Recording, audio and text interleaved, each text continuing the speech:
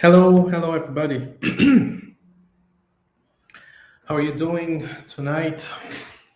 I hope you're well and healthy.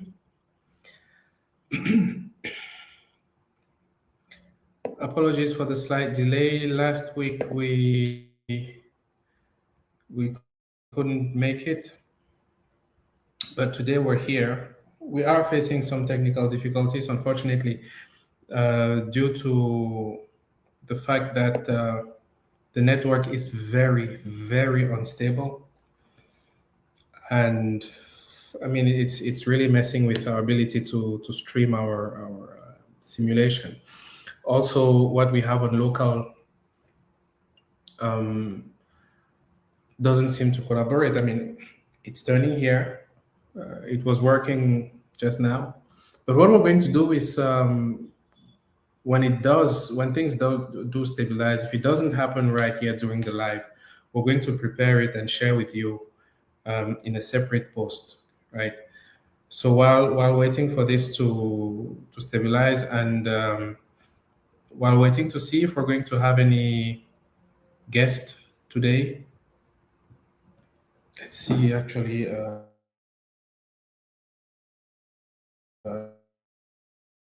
who is here. I'm going to share some some information with you. And while we're live, I'm going to,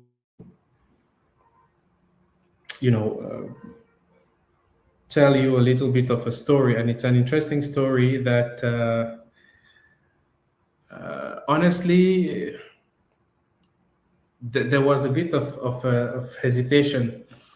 If you join us now, welcome, and thank you for being here today. With these technical difficulties, I don't know if we will actually run this simulation today.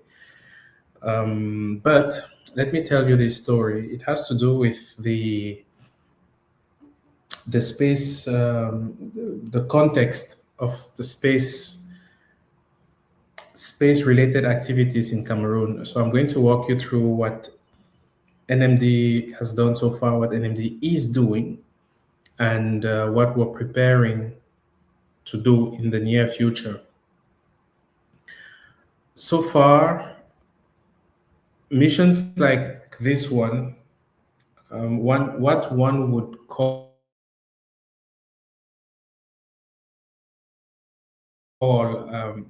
hypothetical.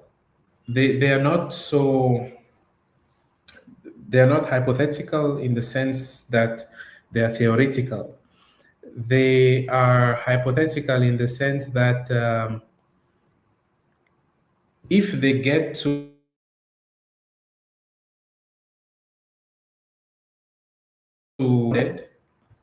they'll be launched. So the hypothetical part is not really about whether it's possible or not, it's whether it will be launched or not. I think we're making some progress on our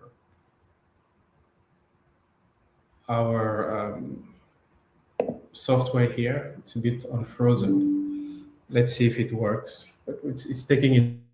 Anyway, I wanted to tell you a story, a very interesting story from the NMD side, and you will conclude from it what you will. Okay. So a few years ago, there was a call that was announced from the Cameroon government saying that they want to, it's a call for international call for manifestation of interest, where the government was basically said, we want to build our space program and we need someone to help us do a feasibility study, both technical and financial feasibility study for a Cameroon space program. By that time, NMD was already established in Cameroon. So we said, well, it's a bid So let's go for it. Called constituted. I constituted a consortium for us to go and submit for this bid, which we did, and we submitted. This was the first round, where you have the manifestation of interest, and then what they would do is that they would look at all those who submitted, so who showed interest in this project. They'll first shortlist and then get a few companies, and then those who make it through that stage, those few companies, to propose, to make an actual proposal of their make a proposal to be awarded the tender to perform the feasibility study, a technical and financial feasibility study. So we submitted. It took some time, it took a while. One day I got a call saying, "Hey, look, we've been trying to get hold of you. This is the Ministry of Post and Telecommunications. We wish to inform you that your consortium has been shortlisted, and we're told what to prepare, what to submit, and the deadline that we had." So we got to work. We went all out and pushed as far as we could, prepared the dossier, and submitted. I mean, it was really cool. One thing that I really liked was the fact that they really made the effort to get to us, and there was this proximity where they would help. If you had questions, you would ask, and they would reply. And I hadn't been through this process before, honestly, in terms of bidding for a public call here. We had submitted in other countries, right? But here, it was the first time. So I was glad that at least there was help. If I had a question, I could call, and they were always willing to help. So this is what you need to do, and so on and so forth. So it helped us to first put together what we had to make it through the first stage, and then submit for the second stage. Sorry, I'm going to interrupt my story a little bit to check on what's going on here. Still unstable. Damn it, we had to have a very interesting mission simulation today. It seems to not work out. Anyway, let me carry on with my story time. So what we did after submission was to just wait to see who wins. Fingers crossed, we're hoping we would win the tender. And unfortunately, we didn't, because the results came out and we hadn't won the tender.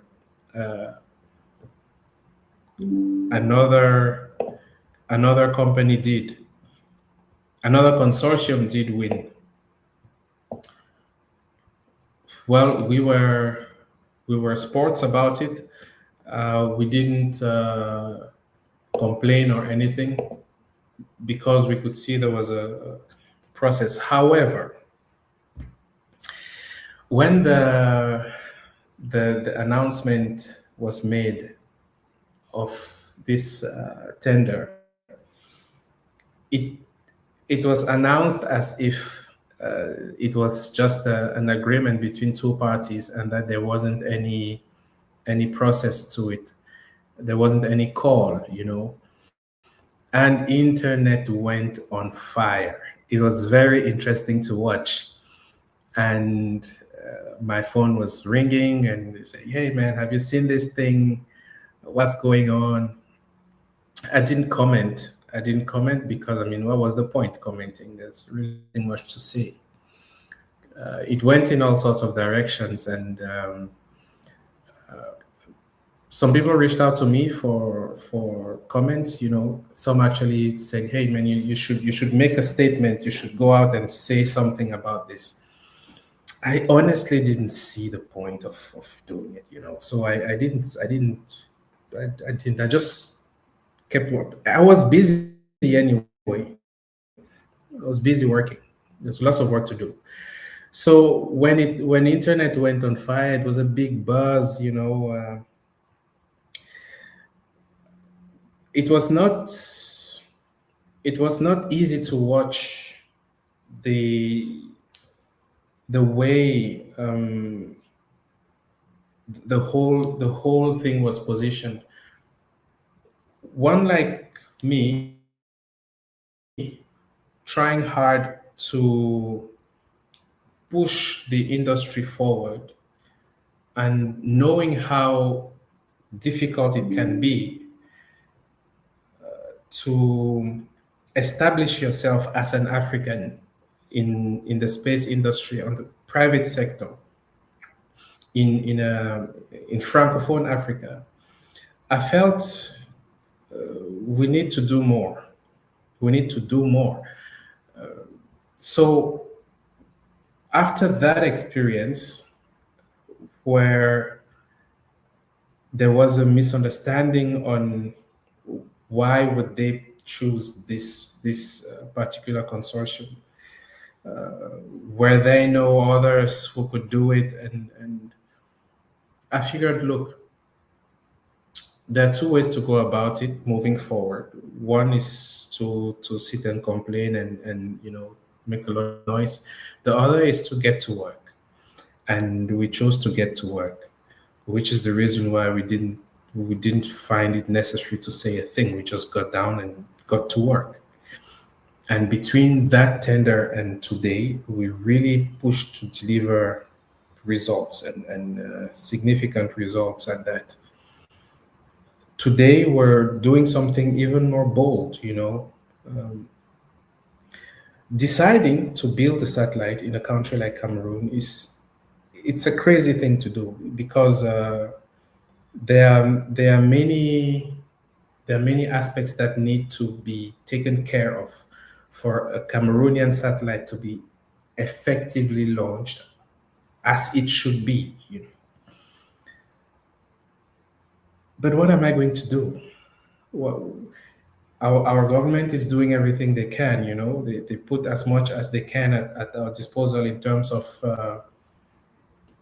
accompaniment. But we cannot just sit and wait. We also have to help them. So we're doing the bold thing. We'll build it. We're going to build it, and we will present it to our government and say, look, we're trying our best. This is what we managed to do. What else can we do? How much we've been training? We've trained more than 200 so far, and we're going to train even more. Right, this month of March, we launched a registration, and it started on the 8th, and the registration will close on the 21st, to train every woman that registered, a woman who's a student. So the criteria are you should be a woman, you should be a student in any engineering field, right? Not just in Cameroon. Like I said, you should be a woman, you should be a student in any engineering field. Doesn't matter the level, doesn't matter the country. It's open. Register. We don't care how many you are, register. As long as you register before the 21st of this month, you're good. If you register, you're good. We're going to train you. What are we going to train you on? We're going to train you on how to design a space mission, how to design a spacecraft. We're going to train you on the concurrent design philosophy and on the concurrent design tools. And which concurrent design tools we're going to train you on? We're going to train you on the ones that the French Space Agency uses. And that's free. That's going to be free of charge. At the end, there will be the opportunity to pass our certification exam, mission designer level 1. The It's a tough one. You need to have a minimum of 90% to pass that certification. But you'll be presented with that opportunity to take or not. But one thing for sure, you're going to be trained. You'll have the skills. You'll have the know-how. So this is a big opportunity for women because it is March and it is their month.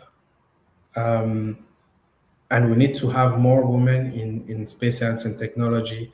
So at my level, I ask myself, what can I do? And what I can do for sure at this level is to train them, to provide as much training and capacity development as I can. So the registrations are out. If you're interested, there's this number scrolling. Send us a WhatsApp. We'll send you the registration link, and you can register. If you're a woman, if you are a student, and if you are in any engineering field, register. Of course, if space is not your thing, if you're not interested in knowing how to design a spacecraft, how to design a space mission, if you're not interested in learning about spacecraft design tools and satellite space mission design tools or concurrent engineering, then fine. But my advice is take the shot, take the opportunity, get trained, and then you'll have a chance to get certification. The truth is that in the next 3 years, tops, I don't think it's going to be longer than that, probably even before. The African continent will be recruiting for African space projects. There'll be a big need for African talent. Where do you think we're going to find the African talent? I have to anticipate and train as much as I can, even at the basic level, before get involved in real projects to gain experience and actually get to higher levels. But to get you the necessary skills to sit at the table of a space mission and actually make a contribution, we can get you there.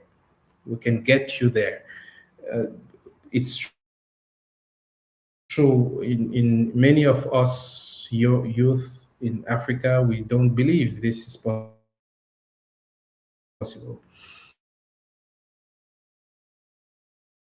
I started recently speaking with a lot of students from various universities. I asked the question, do you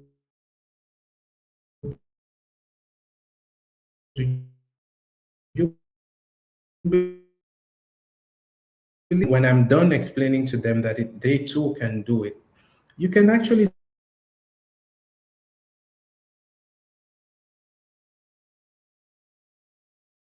to them it seems a little bit too good to be true, which I understand. Myself, when I was a student, nobody came around to tell me that, hey, when I was a student in Cameroon at the University of Boya, where I went, nobody ever came around to tell me that, look, you can be part of a space mission for Cameroon, in Cameroon, for Africa. You can take part in you can build a satellite, you can build it, you can see it launched, you can actually push it to the point where it's launched, even from Cameroon. This is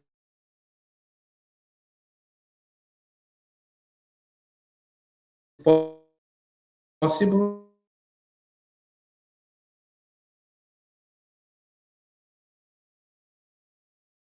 For me to think. So the message is, look, you can do it right here. You don't even need to travel to somewhere. You can do it here in Cameroon. You can do it in Africa, right? And you can collaborate with the rest of the world the same way they have been collaborating for decades, but without an active participation from Africa. Nobody does space in isolation, that's for sure. But we need to rise up to the skill level necessary to participate in this international collaboration and be part of this community.